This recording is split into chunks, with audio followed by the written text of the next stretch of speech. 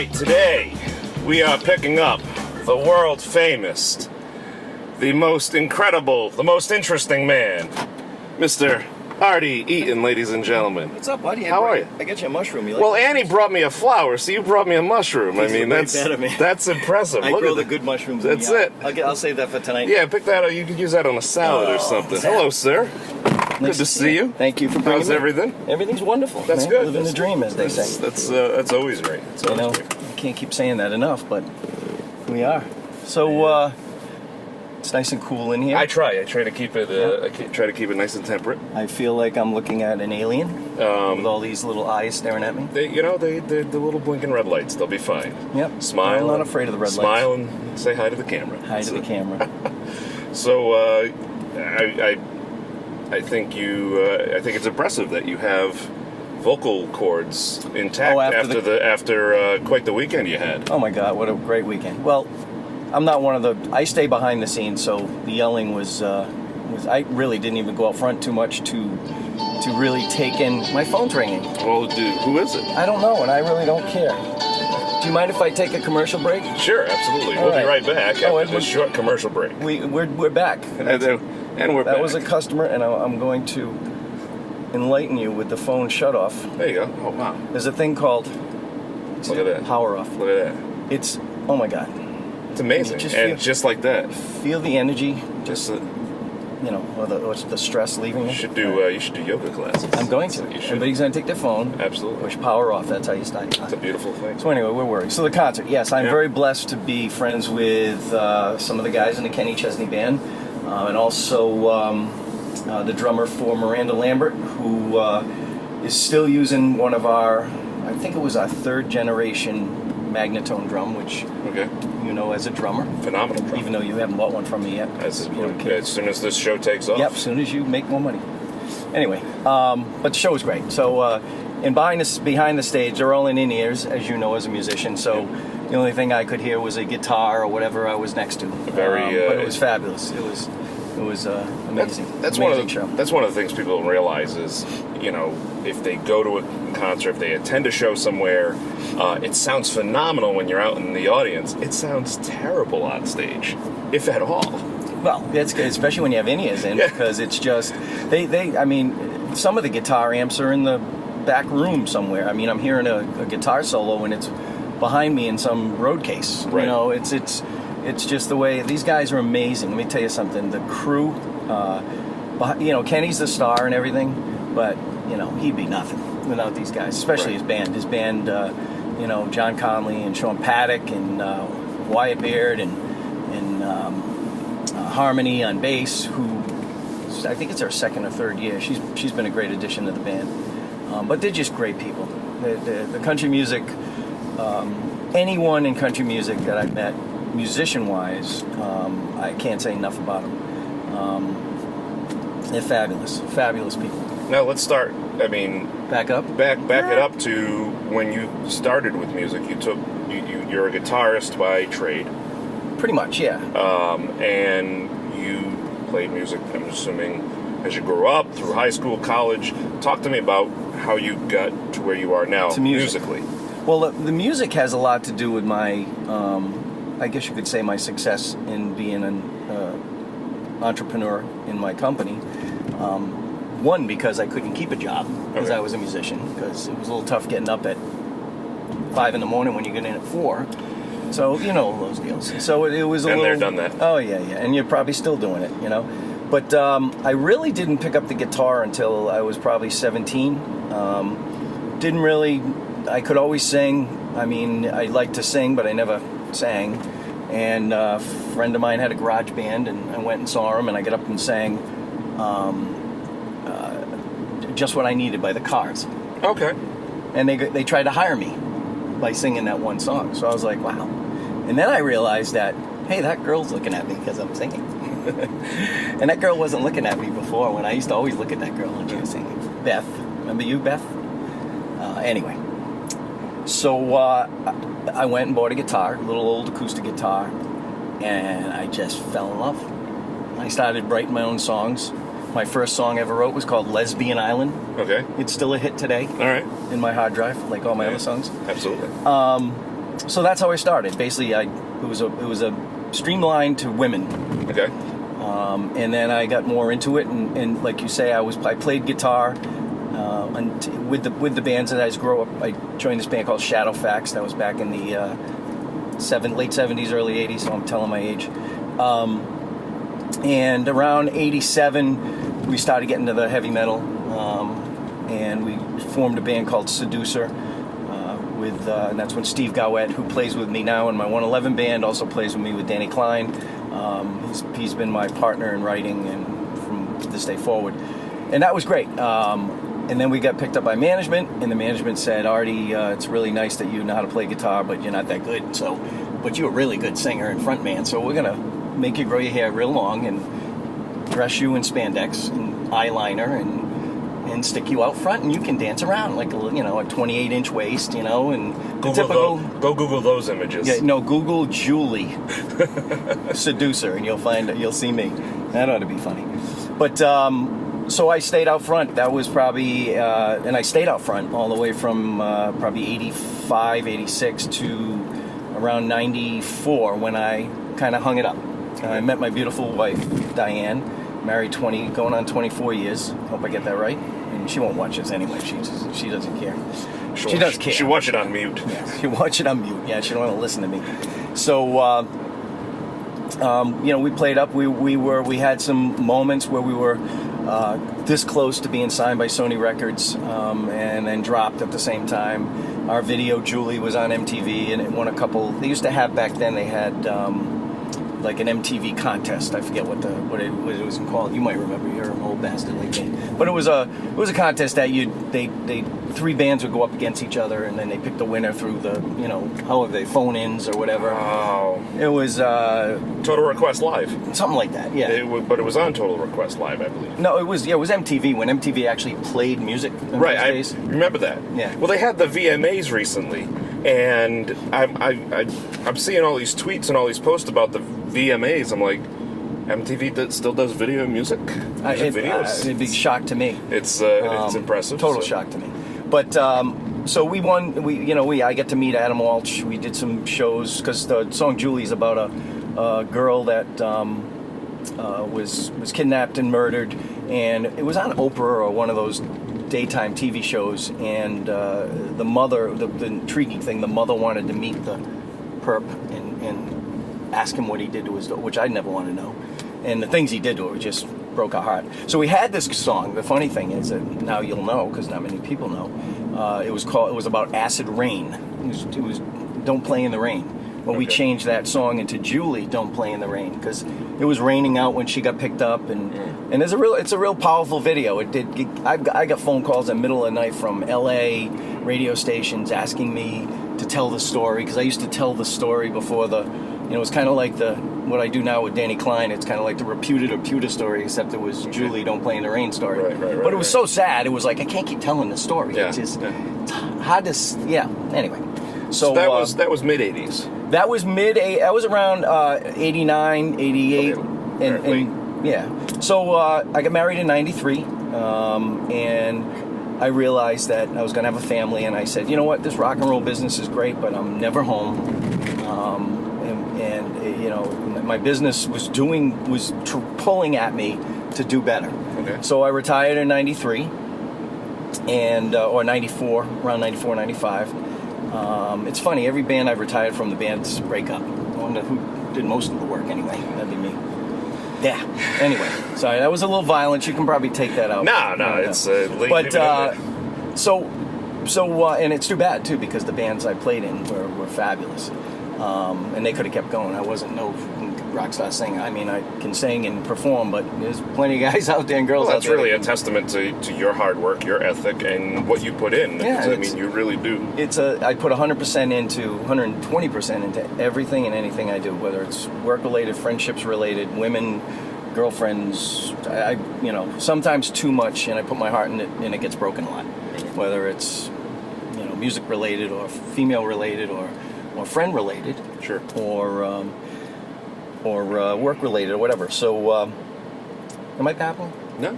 Oh, good. I was just kind of all of a sudden I started to relax a little bit. My phone's off. I think it's the phone. The phone will do that to you. So, So anyway, so I had a good 10, 12 years off, 15 years off, and then my buddy Mike Chisholm, and I had this computer guy that worked for me, Mike Cormier, two great guys.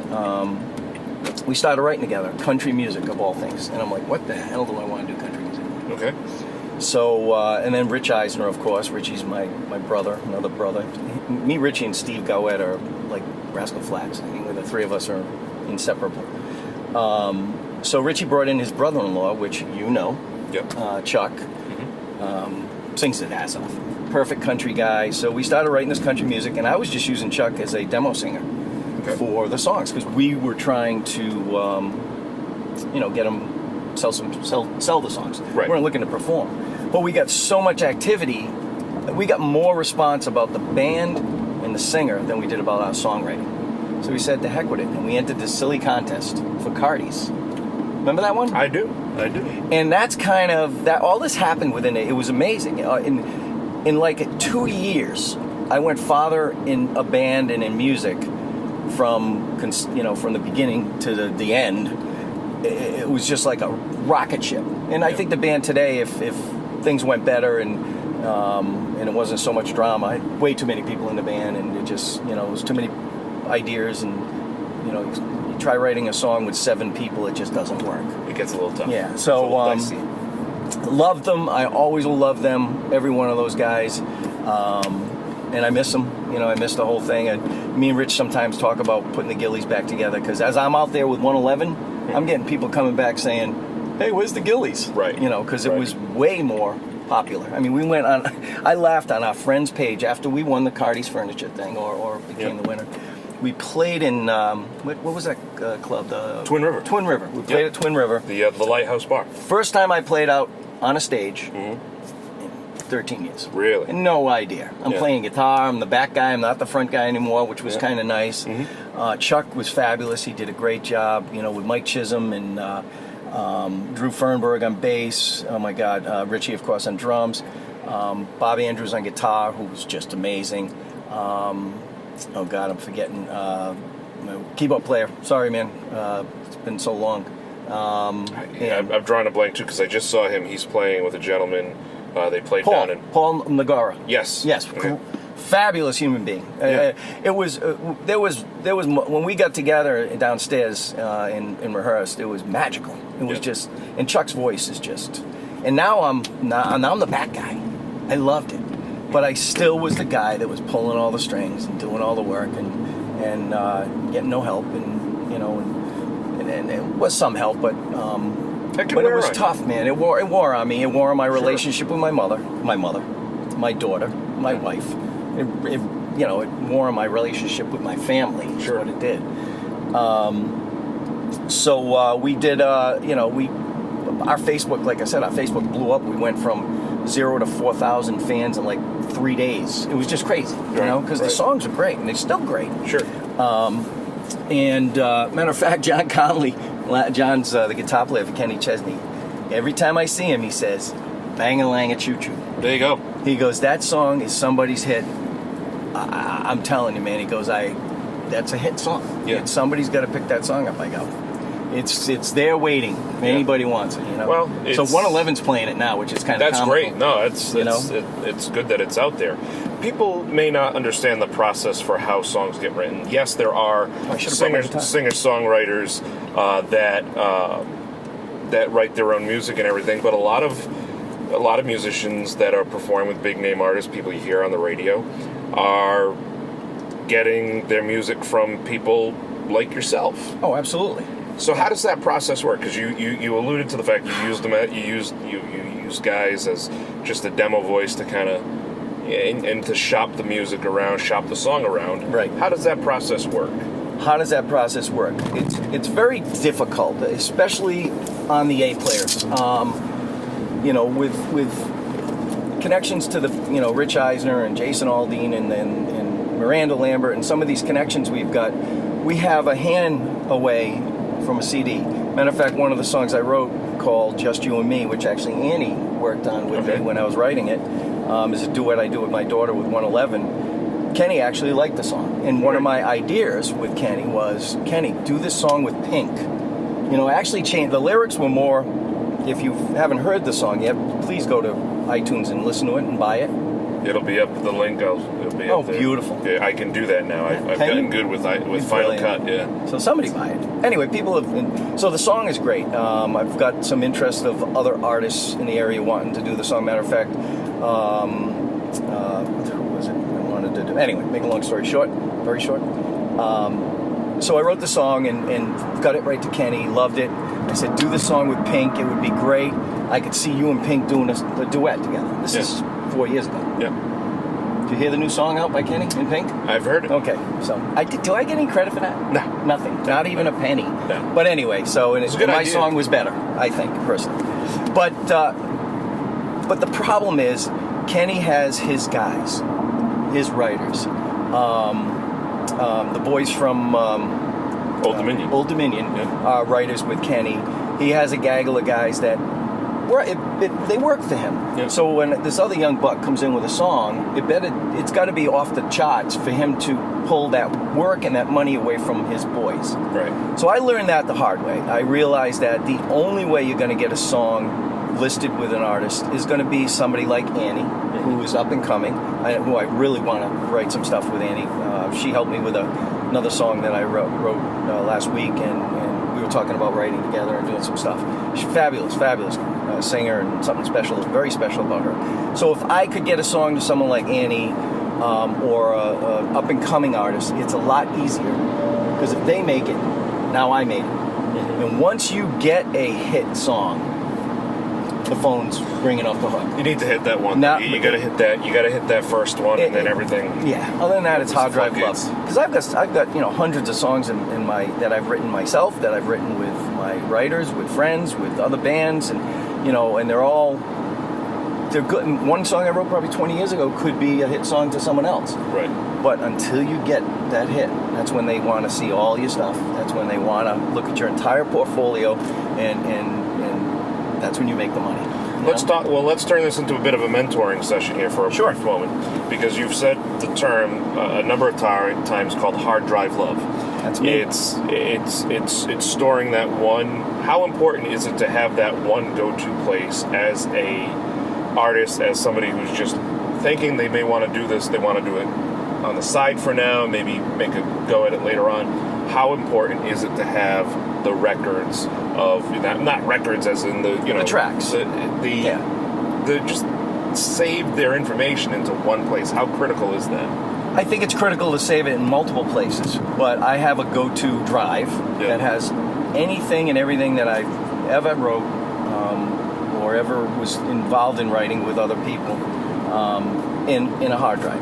But it's always good to have it on another drive. But being organized in that fashion, huge, because it's critical with. Well, if you get that opportunity, if someone knocks at your door and says, just like a singer, I mean, some rich record producer will meet Annie and I've been around guys, artists that had to do it. All of a sudden, they're like, sing for me. Yeah.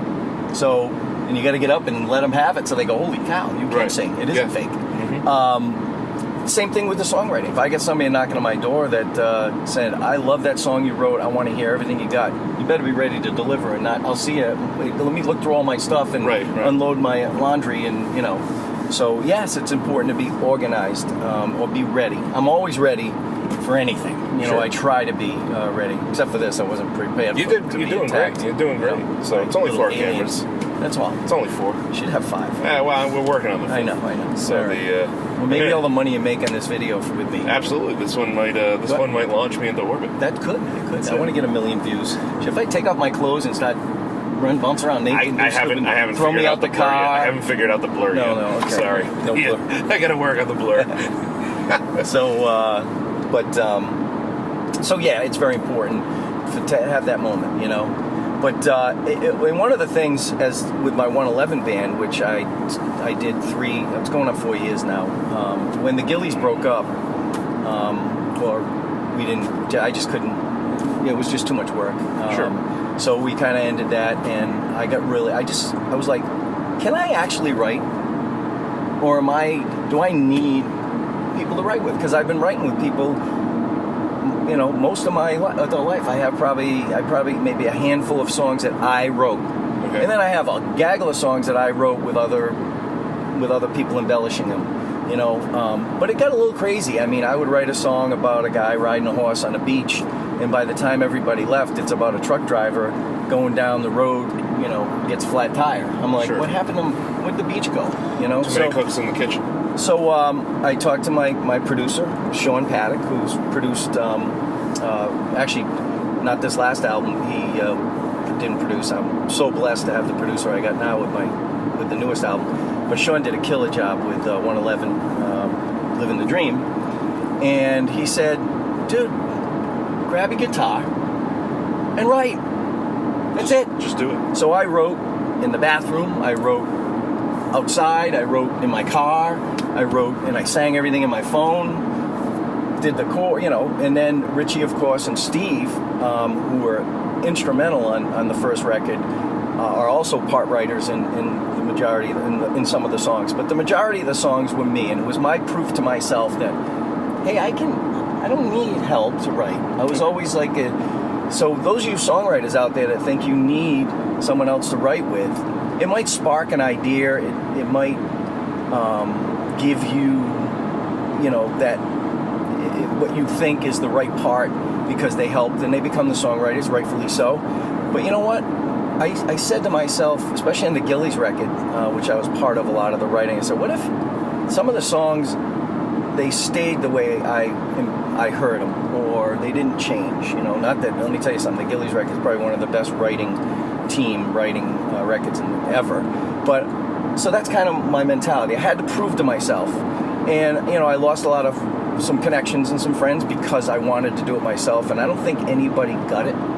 But I needed to know in my heart that I could do it, and I did. Right. Now I'm back writing with Steve and Richie, and it's fabulous, because they don't take my song and completely change it. Right. They take my song, or I'll take Steve's song, or I'll take Richie's song, and we'll keep it that song, and we'll just make it, polish it up. Polish it up, because they're great songs. You don't have to change a lyric or have to change a line or a melody just because they wanted part of it, and that's what it kind of got to.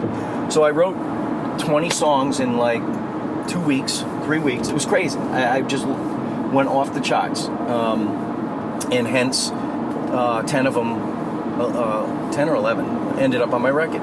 One of the songs I started to write on the plane at my house, never finished it, and then we were in the studio, we only had 9 songs finished. Yep. And I'm like, man, this tune, Lay It On Me. I don't know if you heard Lay It On Me. It's like an acoustic. I should have brought my OneEleven CD. It's an acoustic song about life. All this stuff being thrown at you, and I'm looking at that like I was at that time when I wrote it and saying, what else you got? It's like the Monty Python thing. Come over, I'll bite you. It's like so. I wrote that song called "Lay It On Me," and I played it in the studio with me, Sean Paddock, and I think Steve Carter was with us at the time. Steve, who I love to death, was great part of my life on that record. And Tony Castle, which is Kenny Chesney's engineer, vocal producer, does a ton of stuff with Tony, with Kenny. And I started playing it. All of a sudden, Sean comes out with a floor tom with a blanket over it. Starts doing some floor tom. You ever see a floor tom with a blanket over it? It's amazing. It's muffly. You have to have the right blanket. Yeah, and Tony's playing the maraca, and Steve, I think he was playing something, and we just recorded it. That's great. And it is probably the best song on the record. Because I wrote it there, I played it there, we made up the words, it just kind of kept going. It was like, because it had a great hook. That's the thing about songwriting. You need a hook. Okay. You need something that you can hear over and over again. Because when you hear something once, even if it's good, and you don't say it again for a while, they'll forget about it. That's why, the biggest songs in the world are simple, melodic, lyric, phrases, just over and over and over, Sure. Or guitar riffs or drum riffs or anything that catches the when you've got that hook, you keep fishing. Yeah. You can't catch fish with one hook in the water. Right. You can catch a lot of fish if you get 20 hooks in the water. Yeah. So OneEleven is the current project that you have right now, Correct. the band, Yep. and you recently launched a song that's a tribute to first responders. Yes. What would you do? Which, in my business, Health Incorporated, I do security and do law enforcement, drones, and we work with law enforcement a lot. I love these guys. My brother-in-law is a police officer in Memphis. I've been around law enforcement. I should have been a cop, but I honestly couldn't do what they do because I probably wouldn't be I'd probably get kicked off the force because I'd see something that's real bad and I'd lose my mind.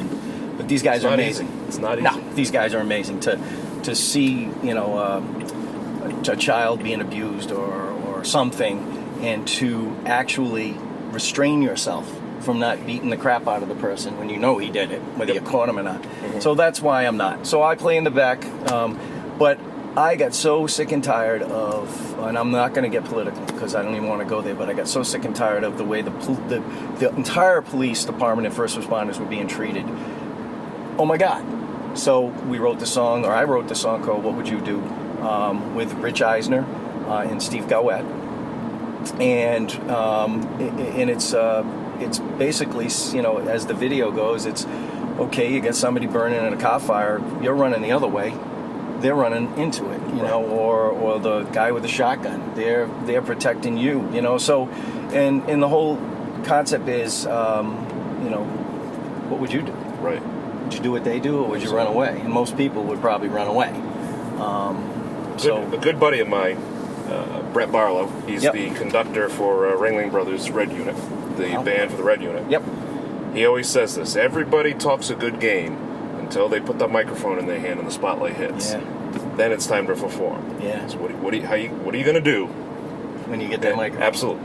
And that's, everybody says that until they get that, until it's in their hand, it's like, well, you nailed it. Until that spotlight hits you, whatever profession you have. Right. The spotlight doesn't have to be on stage. It can be anywhere. It could be, like you said, in the trenches of a domestic issue. It could be really anything. I mean, even in a corporate world, you have a decision to make. Is it ethical? Is it moral? Is it the right decision to make? Or, who's going to be affected? What are you going to do? Right. What would you do, man? I guess you could take that in any other way. Absolutely. But it was we've gotten great response from it. When the Dallas shooting happened, the police officers were murdered, I immediately got my video out there and sent it to anybody related in Dallas to say, hey, and the selfish part of me, of course, is saying, hey, this is my song I wrote, look at me. But whether people believe it or not, I really don't give a rat's ass. It meant a lot to me to say, I hear you, because no one else is hearing you. Right.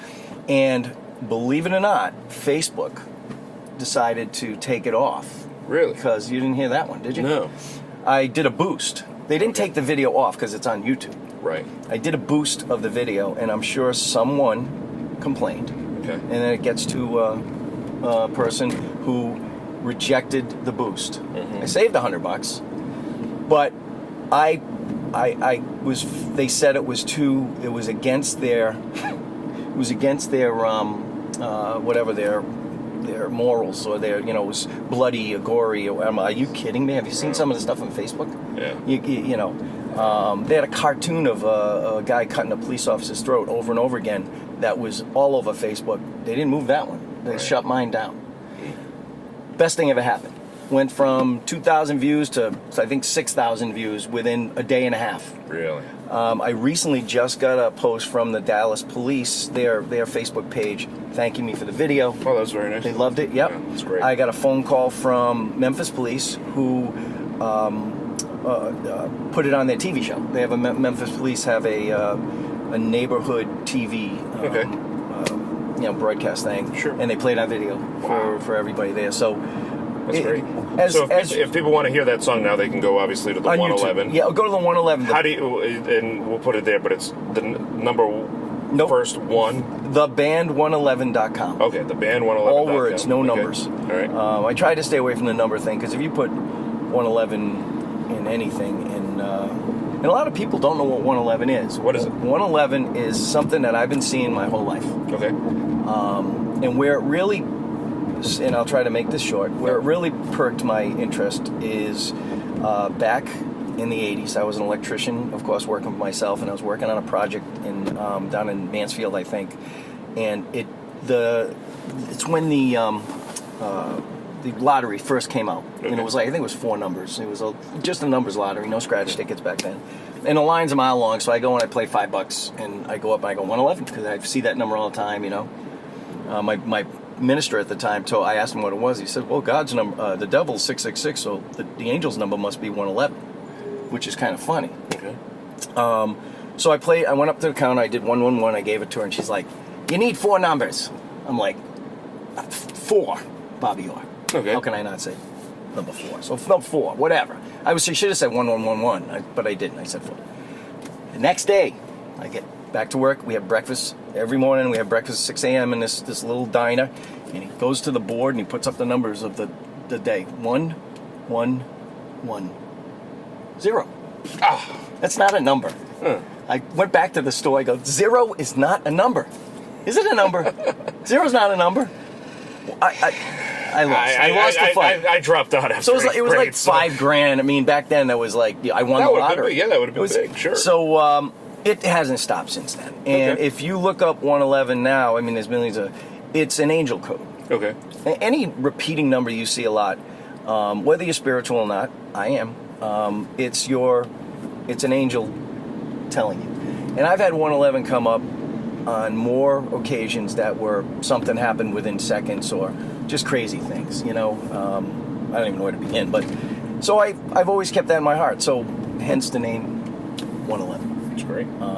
But if you Google 111, you'll see there's so much. It's spiritual. It's it's kind of yoga, or yoga, spiritual yoga. Sure. So that's the 111 shtick. So people can go to the website. They can get the information They there. can see the band videos. Band videos there. They can go down to the iTunes and find it. Yep. You're everywhere. So, well, I think we've arrived at our destination here. So we're gonna Beautiful. We're gonna go shopping. We're going to Guitar Center. We're going shopping. Yep. And Artie, as always, good to spend time with you. It was good awesome. to see you. This is fun. very, very cool. I wish you the best of luck with this. Thank you. I mean, we're having fun. Yeah, We're having fun. I don't know. You're episode number 7, so that's a good number. That's awesome. there you I go. should have been episode 11. Can we do it again? I'll delay it. All right, delay. You're awesome. Thanks, Artie. Thank you, everybody. Hey, theband111.com and of course my company. If you need an alarm system, Help Incorporated. Go find them. I'm shameless. You're the best. I am.